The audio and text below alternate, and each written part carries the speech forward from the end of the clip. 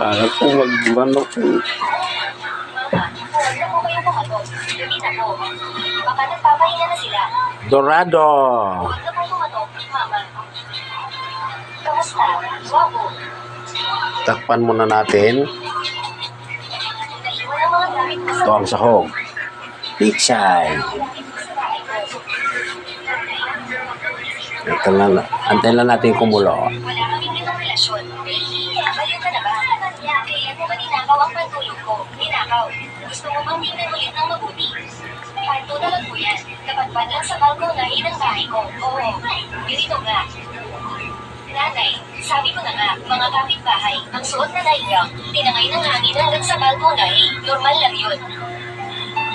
Ngayon, mabubuting kapitbahay. Mamaya, magiging mahalagang alaga na. Nanay.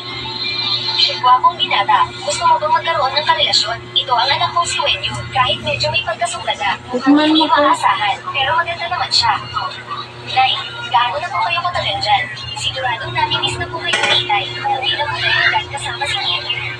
Pasensya na po, ang nanay ko kagabi, natulog ng matagal, nakatulog ng malalim. Huwag mong seryosohin ang mga sinabi niya. Alis na, minsan, ang bag ko. Bukas ipapadala ko na lang sa inyo. Sino ang lutang na natutulog? Hindi pa nga ako sinasagot ng guwapong yun. Ang isasagot ko sa iyo, ang totoo, siya ang amo ko. E ano naman kung amo ko siya? Ang saya-saya kaya ng office romance. Alam mo ba? Kung may kasi Dorado. El Dorado. sino ba't hindi nakakaalam? Dito ay isang singles apartment.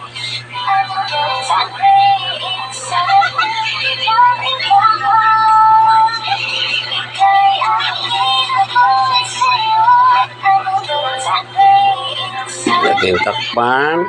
At natin maluto.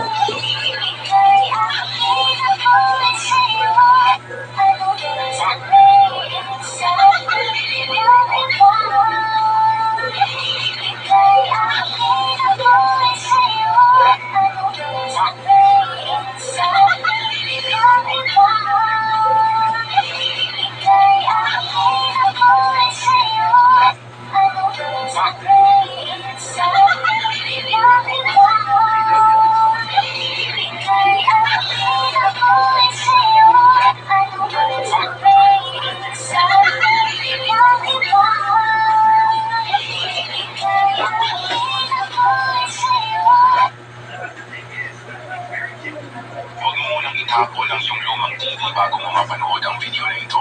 Gamit ang RCA cable,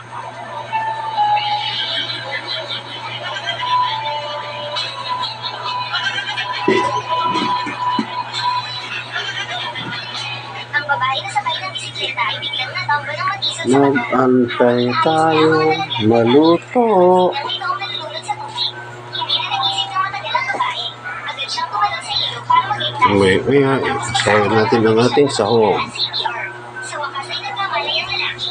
Nang tanungin ng babae kung saan ang kanyang bahay. Wala siyang maalala. Walang magawa ang babae. Kaya dinala niya ito sa kanyang bahay. Lumipas ang 8 taon. Hindi pa rin natagpuan ng mayamang lola ng kanyang apo. Sa galit, mag-isa siyang naninirahan sa liblib na lugar. Pinaalalahanan niya ang 3 makapangyarihan niyang anak. Wala kung hindi nila mahahanap ang kanyang apo, si Kohema. Kahit pagkatapos na siya ay mamatay, hindi na ipapamana sa kanya.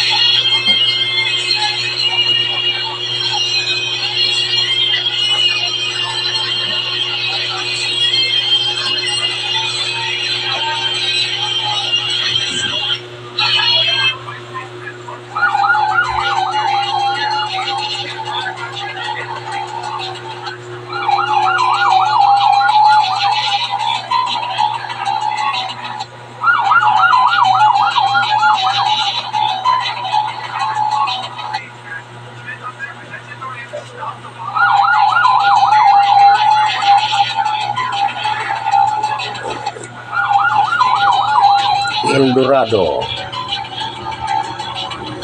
Guys, salamat.